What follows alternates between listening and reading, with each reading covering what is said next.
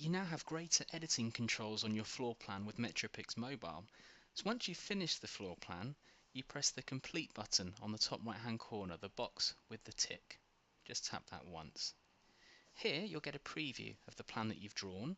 So to begin with, the address is at the top, which is what we've entered at the start. That can be edited here if you would like to.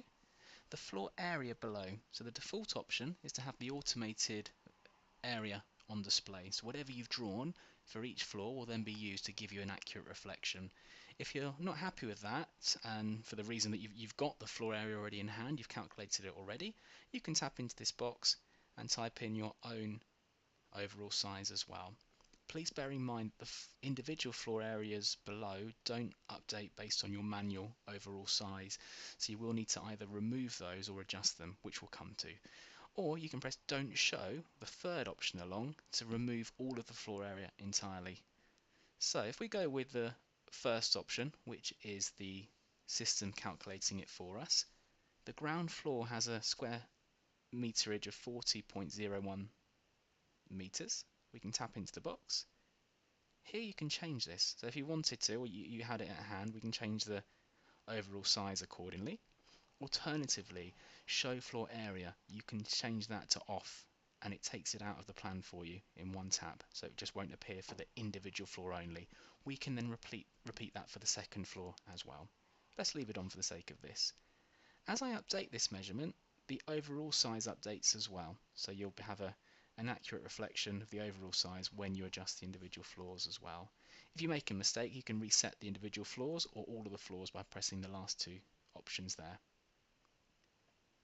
We can then scroll left and right as well, and this allows you to view the first floor where you can access the same options. The really big draw here is the ability to adjust your room labels. Each room name has a box around it, so we can drag the box just by tapping and holding. It will let you put it anywhere within the room. It won't let you go outside the room, and rightly so. So you can just correct the position or adjust it as you would prefer. Move the kitchen as well. In this case, we've viewed the living room. We have 4.61 meters by 3.66. Actually, I need that to be 3.68. So I can tap onto the living room, single tap, and it brings up the living room menu. So here we are, the width 4.61, we're happy with that, but the length, we'd like to increase that by 2 centimeters. So on the length, I'm going to press the plus button twice, and you see it updates the measurement 1 centimeter at a time. I can tap onto the kitchen and repeat the same thing. So let's make this one a little bit bigger to 3.98, and that will adjust the label that appears on the plan. Now I get to the hall and I don't actually want the measurement to appear for this room, so I tap onto the hall, and the third section down it says show measurement, which is on. If I untick that, away it goes, and that's removed. I'll swipe across. We've got the landing area right in the middle now. I can tap onto that one. We don't want the measurement again, so show measurement no. On suite we can move that around so that it has a bit more space and it's not blocked by the symbols. And if you needed to, you can also increase the size of the room labels. So we tap on bedroom 1 and the font size is set to 50. That's the default size, but by pressing the plus button next to font size, that will adjust it for me. I've also just pressed apply to all, which adjusts it for everything on that floor, just to give you a feel for how that works. You can still move the labels around as well, but then if I tap on another room, I can press reset all font sizes, just say yes to the message, and it brings it back. But yeah, really useful. So perhaps the wardrobe there, it's a small space, so maybe we've got a bit of room to make that a bit bigger, so we can do just that. And there we are. So you now have that control of adjusting the floor labels as well. And lastly for this section, on the left hand side we've got the menu bar, and it's the 5th section just above the finished button. It's room dimensions. It's on at the moment. If I press that, it switches to off, and you'll now see the whole plan has all of the internal dimensions taken out in one tap for me. So if that's your preference, you just press that button and away they go. I want them in this case. I'm going to tap them to turn it back on. And then the last option you have, before you go ahead and finish the plan, you have the ability to adjust the layout. So I'm going to tap Plan Layout, which is the second option on the left-hand side, Plan Layout. And here is a preview of our floor plan.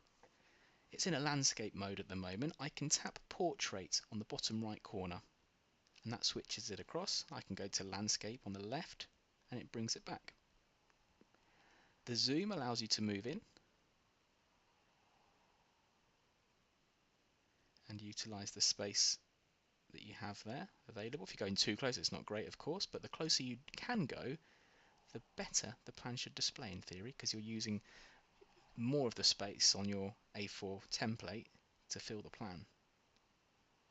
So we'll go with something like that, but importantly, this is really good for when you've got 3 or more floors, because you can actually just drag these floors as well.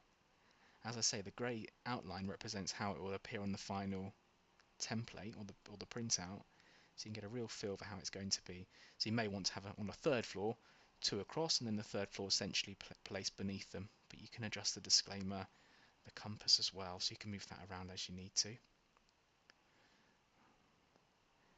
So there's your final control that you have, and when you're happy with that, you just need to finish the plan. So you can tap the menu button on the top right hand corner, the tick with the box to say it's complete, or press finished on the left hand menu. They both do the same thing. So we hit finished. This will now process the plan for us. It just takes a few seconds, and you're going to get the finished version available on your iPad. So this will automatically save to your Photos tab. If it's the first time you're using the app, it will ask you if you grant Metropix permission to connect to your photos. So if you allow that, it will slide the photos in automatically. And here we are. So our plan for Test Road is now ready. This is the final plan that you'll receive. So we're all finished. So we can hit done when we're ready. And that takes you back to your main screen. And then within your photos, that's stored now as well. In addition, it's been sent to your desktop account. So if you're actually out on the road, you could complete and send the plan back to the main account for your colleagues in the office. They can go ahead and download the plan from their side and get it live before you even return to the office. So now it's really efficient, really quick to get your floor plan ready. In theory, it should be the first thing ready for your marketing campaign as soon as you've got the agreement for the vendor to go ahead. So that's the functions that we have available now. We're able to support these entirely, so if you have any questions at all, just let our Metropix support team know, and we'll be very pleased to help.